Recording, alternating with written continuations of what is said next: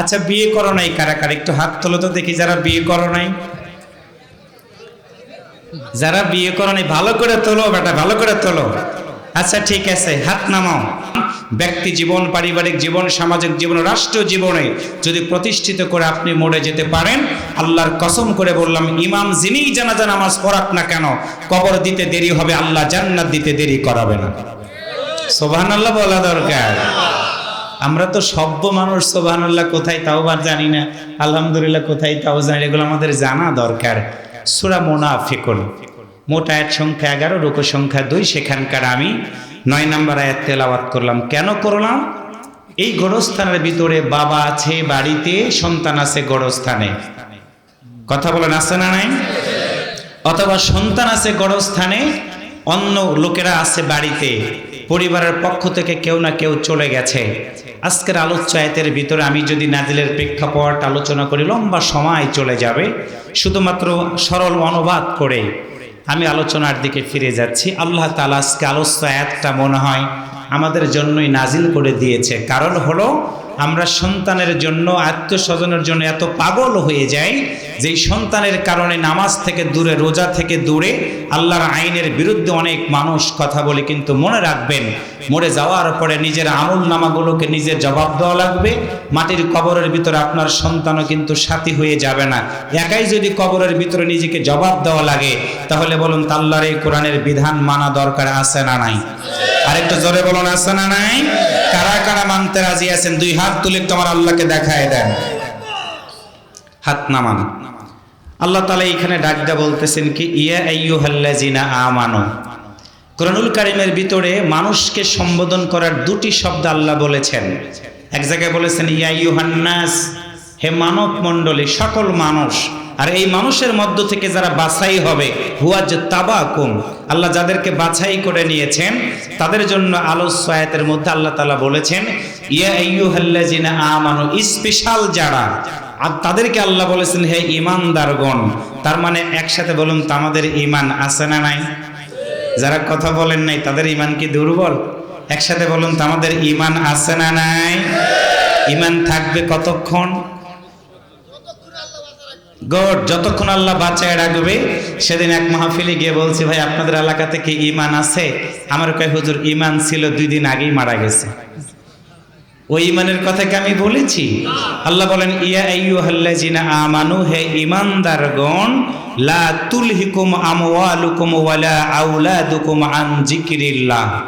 আল্লাহ বলেন হে ঈমানদারগণ, তোমাদেরকে যেন তোমাদের সন্তান সন্ততি আল্লাহর জিকির থেকে দূরে না রাখে। আল্লাহর জিকির মানে হলো আল্লাহর জীবন ব্যবস্থা, ইসলাম, আল্লাহর দেওয়া জীবন ব্যবস্থা, আল্লাহর কোরআনের বিধান, এখান থেকে তোমাকে যেন দূরে না রাখে। ওয়ামাইয়া ফাল, যদি দূরে রাখে, জালিকা, যদি তোমাকে দূরে রাখে, ফাউলাইকা হুমুল খাসিরুন, তাহলে ক্ষতিগ্রস্ত হয়ে যাবা। ব্যবসাতে লস গেলে পোষানো যায়, ব্যবসা মার গেলে টাকা গোছায় নতুন করে ব্যবসা করা যায়।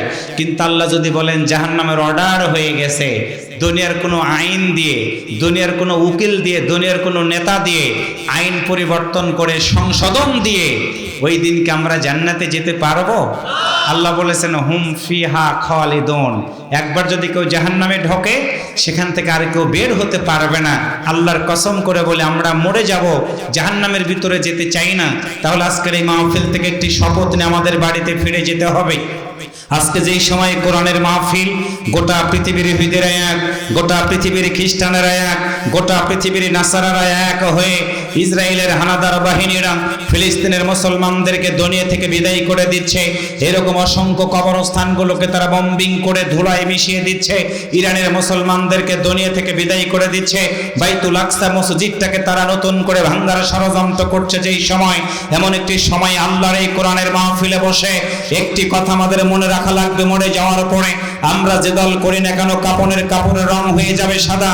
4টে তাকবীর দিয়ে সকল দলের নেতা কর্মীদেরকে যদি ওই কবরের ভিতরে রেখে দিয়ে আসা হয় আল্লাহর কোরআনের ওই কথাগুলো বলেই, মিনহা খলাকনাকুম ওয়া ফিহা নুঈদুকুম ওয়া মিনহা নুখরিজুকুম তারাতান উখরা বলে কোরআনের কথাগুলো বলেই যদি আমাদের সকল গোত্রের সকল মানুষগুলোকে কবরের ভিতরে রেখে দিয়ে আসা হয়, আজকের এই মাহফিল থেকে একটাই আওয়াজ, একটাই সিদ্ধান্ত নিয়ে বাড়িতে ফিরে যাব।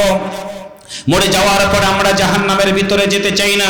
আল্লাহর যদি ওই জান্নাতের ভিতরে যেতে চাই, গোটা পৃথিবীর ভিতরে এক হয়ে গেছে, কোরআনের বিরুদ্ধে অবস্থান নিয়েছে, আর আমরা মুসলমানেরা সন্ত্রাসের বিরুদ্ধে, জঙ্গিবাদের বিরুদ্ধে, মাদকের বিরুদ্ধে, ইফটিজিং এর বিরুদ্ধে আল্লাহর আইন কোরআনের বিধান সমাজে প্রতিষ্ঠিত করার জন্য মুসলমানের মতো আওয়াজ করে বলুন তো, আল্লাহর জান্নাতে যাওয়ার জন্য যতদিন বাঁচবো আল্লাহর কোরআনের সাথে সম্পর্ক রাখা দরকার আছে না নাই?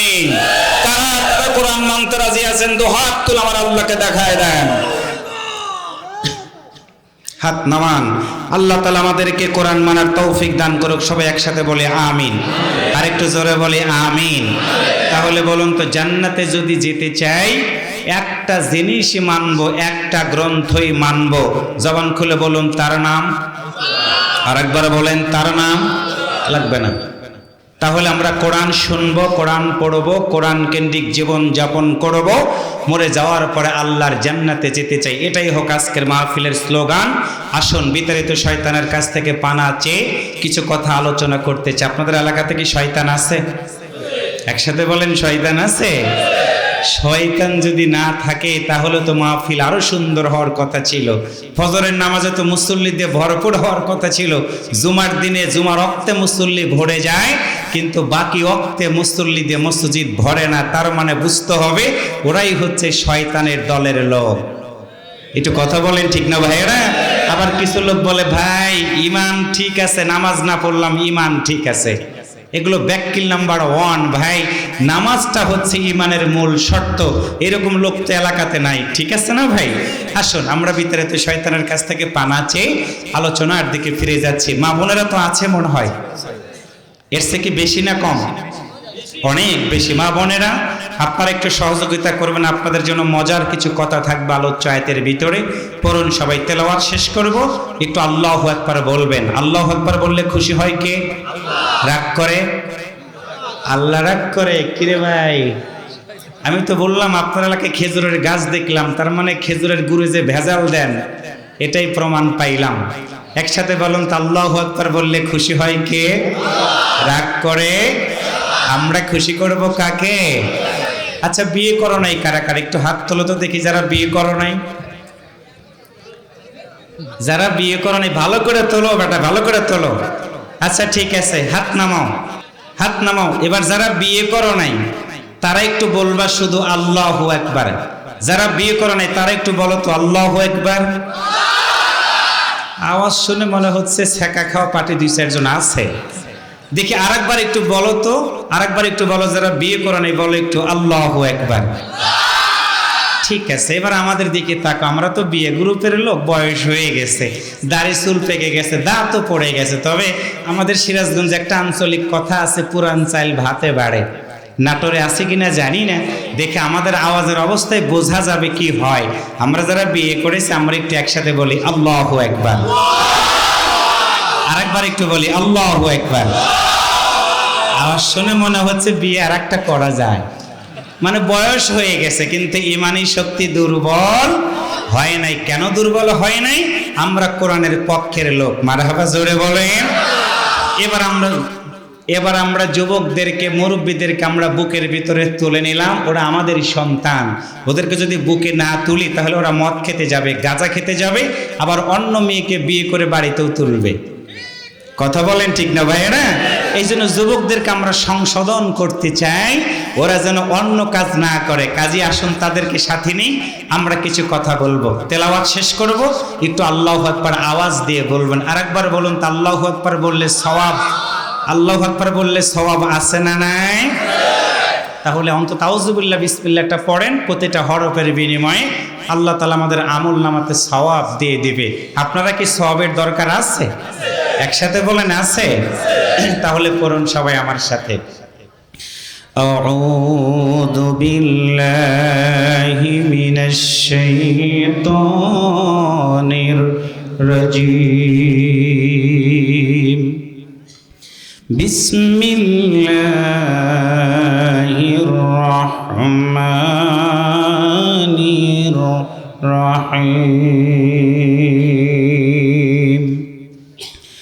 يا أيها الذين آمنوا لا تلهكم أموالكم ولا أولادكم عن ذكر الله ومن يفعل ذلك فأولئك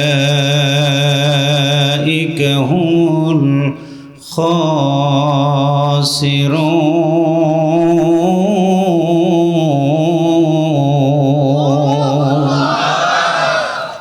সম্মানিত লালপুরবাসী, বিশ্বনবী সাল্লাল্লাহু আলাইহি ওয়াসাল্লামের মাদানী জিন্দেগিতে সূরাটি নাজিল হয়। বুঝবো ভালো করে, আমরা মুসলমানের ঘরের সন্তান।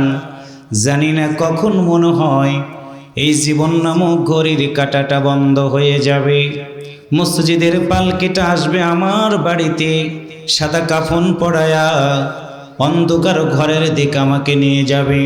দুনিয়ার কোনো নেতার নাম নেবে না, দুনিয়ার কোনো দার্শনিকের নাম নেবে না, বিশ্বনবীর নামে আমাদেরকে রেখে দিয়ে আসা হবে। সুতরাং সিদ্ধান্ত নিতে হবে বিশ্বনবী সাল্লাল্লাহু আলাইহি ওয়াসাল্লামের জীবন এবং আদর্শ আমাদের মেনে নিতে হবে। ১৫০০ বছর আগে বিশ্বনবী আগমন করলেন, সমাজের বুকে শান্তি প্রতিষ্ঠিত করার জন্য চেষ্টা করলেন। এমনকি হিলফুল ফুজুল সামাজিক সংগঠন তৈরি করে যুবকদেরকে হাতছানি দিয়ে ডাক দিলেন, তোমরা অন্যায় করবা না, রাহাজানি করবা না। যুবকেরা শুনল কথা কিন্তু মানল না। আল্লাহর নবী পেরেশানের মধ্যে পড়ে গেলেন। বয়স হয়ে গেল ৪০ বছর। হেরা পর্বতের গুহায় গিয়ে মালিকের দরবারে ধরনা দিলেন, হাজী সাহেব যারা আছেন আমার সাথে সাক্ষ্য দিবেন, সমতল জমিন থেকে হেরা পর্বতের গুহা হলো ২ কিলোমিটারের মতো লম্বা একটি পাহাড়। আল্লাহর নবী সেখানে গিয়ে মালিকের দরবারে ধরনা দিয়ে চোখের পানি ছেড়ে দিয়ে কাঁদতে থাকলেন। রব্বুল আলামিন নবীর দোয়া কবুল করে নিয়ে ১৫০০ বছর আগে আল্লাহর বান্দা